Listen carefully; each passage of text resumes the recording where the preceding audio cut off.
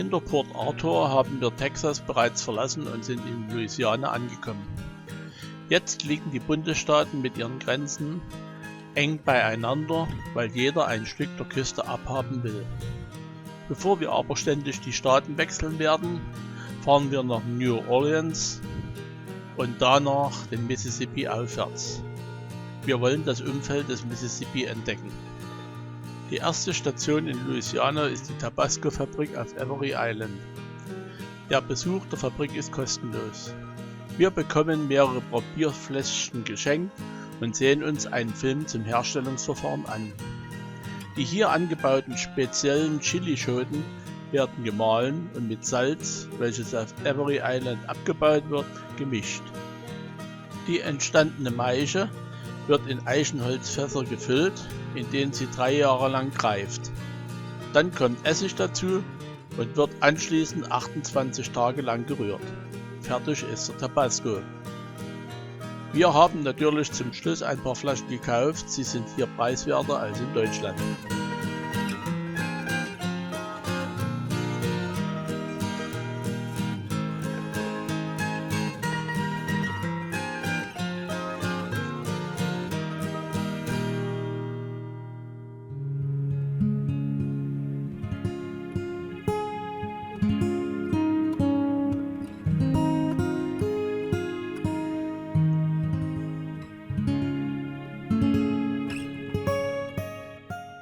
Die Erfinder der Tabasco-Soße haben hier auf der Insel eine herrliche Parkanlage geschaffen, die wir besuchen.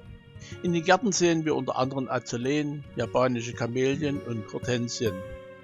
Wir fahren auf einer 4 Meilen langen Schotterstraße durch den Park, die von Live-Oaks-Bäumen und Spanischmoos gesäumt sind. Wir gehen einige der vielen Wanderwege und kommen zum Jungle Garden. Ein bekanntes Vogelschutzgebiet, in dem jeden Frühling Tausende von schneeweißen Reihern und anderen wandernden Wasservögeln genutzt wird und ihre Nester bauen.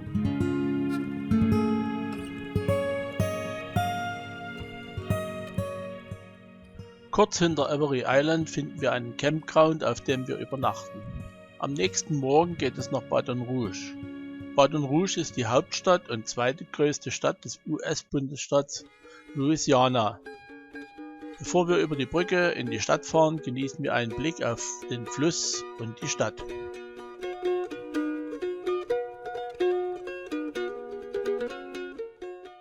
Über den Fluss ist das State Capitol zu sehen, zu dem wir anschließend fahren und es besichtigen. Wir können auch mit dem Fahrstuhl nach oben hinaus und haben einen schönen Blick über die Stadt und Umgebung.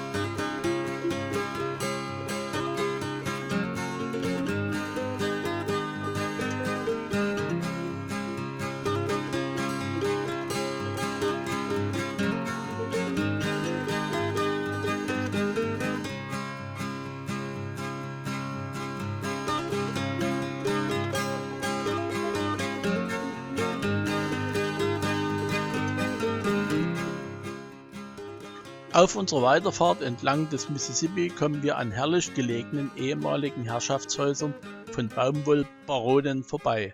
Heute sind diese Häuser meist Hotels oder Museen mit Parkanlagen. Vom Fluss sehen wir leider nicht viel. Die hoch aufgeschütteten Dämme versperren jede Sicht. Warum das notwendig ist, sieht man später.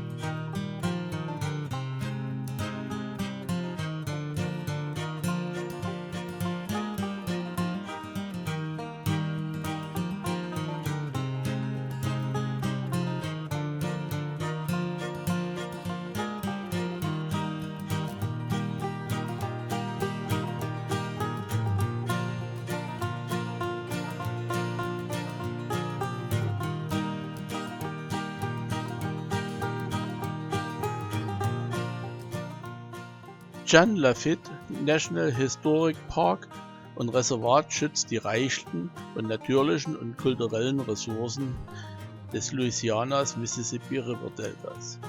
Wir beobachten hier Alligatoren, Vögel und auch Rehe in beeindruckender Landschaft.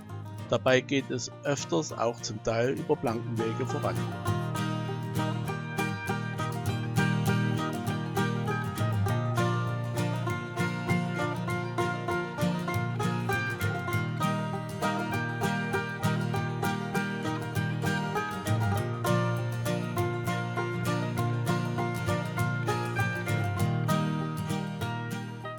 Wir fahren langsam durch New Orleans. Leider fanden wir im Zentrum keinen Parkplatz für unser Gespann. Das Wetter war aber auch nicht besonders schön und so fuhren wir weiter.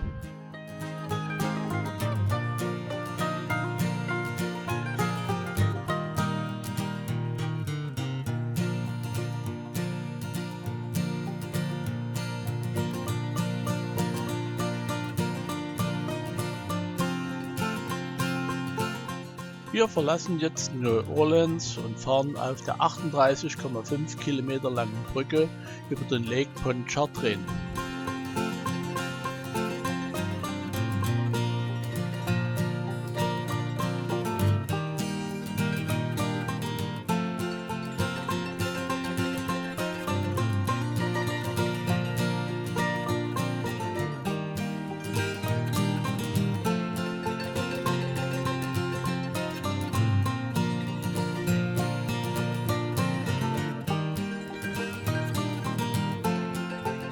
Wir sind über die Brücke von Louisiana kommend in den Bundesstaat Mississippi nach Natchez gekommen. Natchez ist die älteste und gleichzeitig Hauptstadt des Staates Mississippi. Die Stadt ist berühmt für ihre grandiosen Herrenhäuser. Einige davon sehen wir uns an.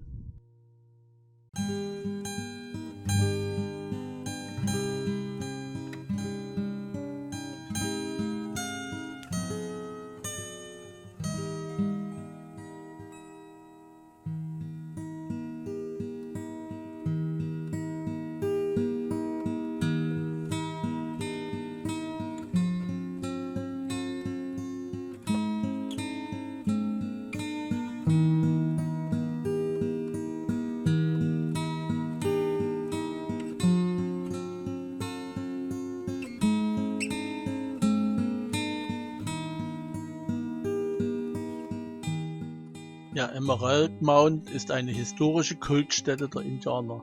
Hier beginnt für uns der Natchez Trace Parkway. Wir fahren einen Teil der zweispurigen Alleystraße, die sich über 715 Kilometer von Natchez bis nach Nashville, Tennessee erstreckt, ab. Auf ihr gibt es keinerlei Reklameschilder, was ja wohltuend ist. Auch sind kommerzielle Fahrzeuge nicht gestattet. Die Strecke ist gekennzeichnet mit zahlreichen historischen Stätten, die der Besichtigung harren.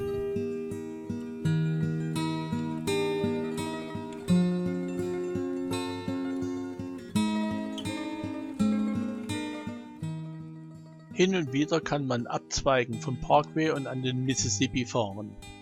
Hier in unmittelbarer Flussnähe sind die Häuser hoch angelegt. Dass das nicht immer reicht, sieht man nach den Bildern zu den gestrandeten Schiffen bei Hochwasser.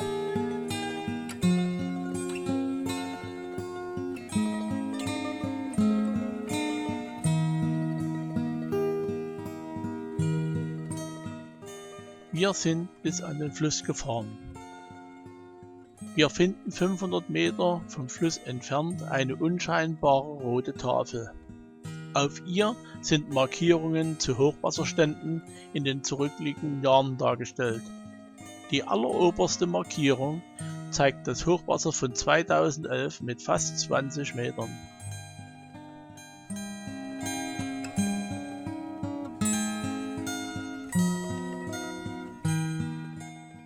Nahe bei der Hochwassermarkierung besuchen wir den Grand Gulf Military Park.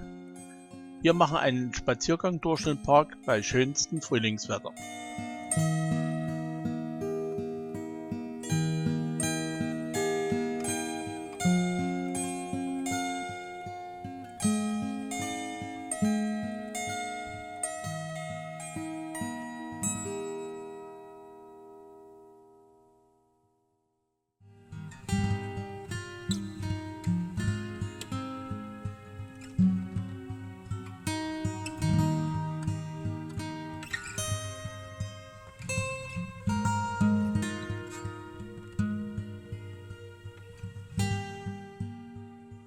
Auf dem Weg nach dem Ort Port Gibson fahren wir durch eine Wald- und Wiesenlandschaft, die geprägt ist durch die Überwucherung einer eingeschleppten Pflanze aus dem asiatischen Raum. Sie treffen wir des Öfteren jetzt wieder. Hier gibt es den Fingerzeig zum Himmel an der Kirchturmspitze. Und dies ist der Weg, den die Planwagen genommen haben, ehe die Straße gebaut wurde.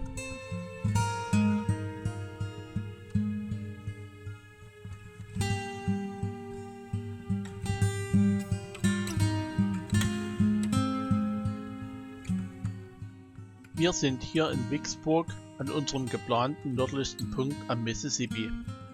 Vicksburg ist keine schöne Stadt, jedoch die Bilder an der Hochwasserschutzmauer zum Mississippi sind sehr schön.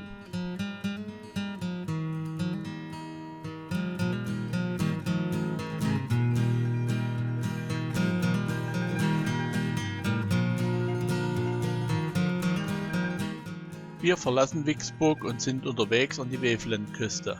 Auf halbem Weg stoppen wir in der Ortschaft Monticello auf einem Campingplatz. Das Wetter sieht momentan nicht sehr freundlich aus und am Nachmittag beginnt ein mächtiges Gewitter, was über die Nacht anhält. Am nächsten Morgen sehen wir die Folgen. Auf dem Campingplatz stehen viele Wohnwagen im Wasser, unterwegs sind die Straßen überflutet und viele Häuser haben nasse Füße.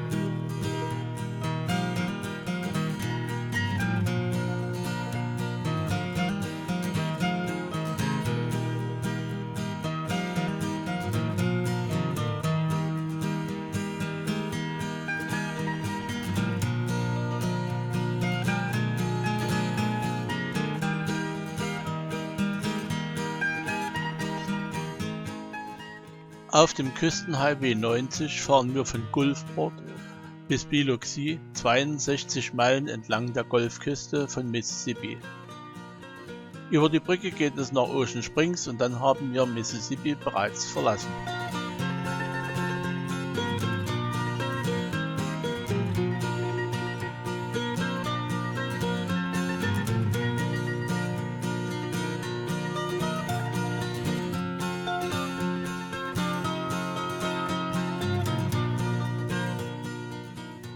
Vor uns liegt die Brücke nach dem vorgelagerten Dauphin Island am Golf von Mexiko. Wir genießen wieder den weißen Strand, schauen uns den Badeort an und fahren zur Fähre, um die Bucht zu queren. Wir können aber nicht mit der Fähre übersetzen, weil die Bootsrampen zu steil sind und wir aufsetzen würden. Also müssen wir die Bucht umfahren und kommen dadurch durch Mobile, der Hafenstadt von Alabama.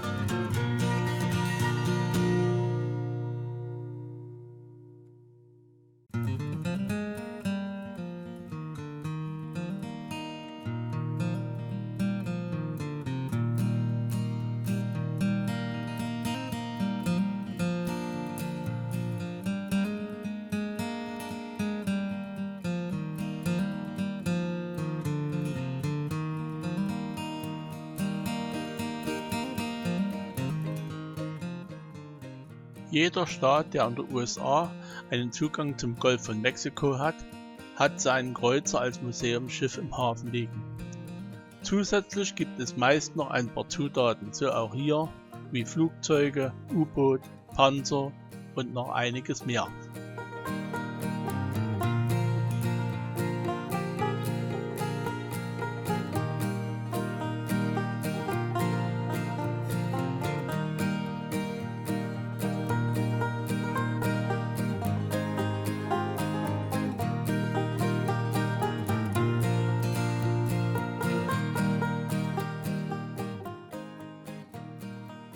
Wir sind auf der Ostseite der Bucht von Mobile in Gulf Shores angekommen. Dies ist die letzte Station in Alabama. Vor uns liegt jetzt Florida und damit beginnt die nächste Diashow.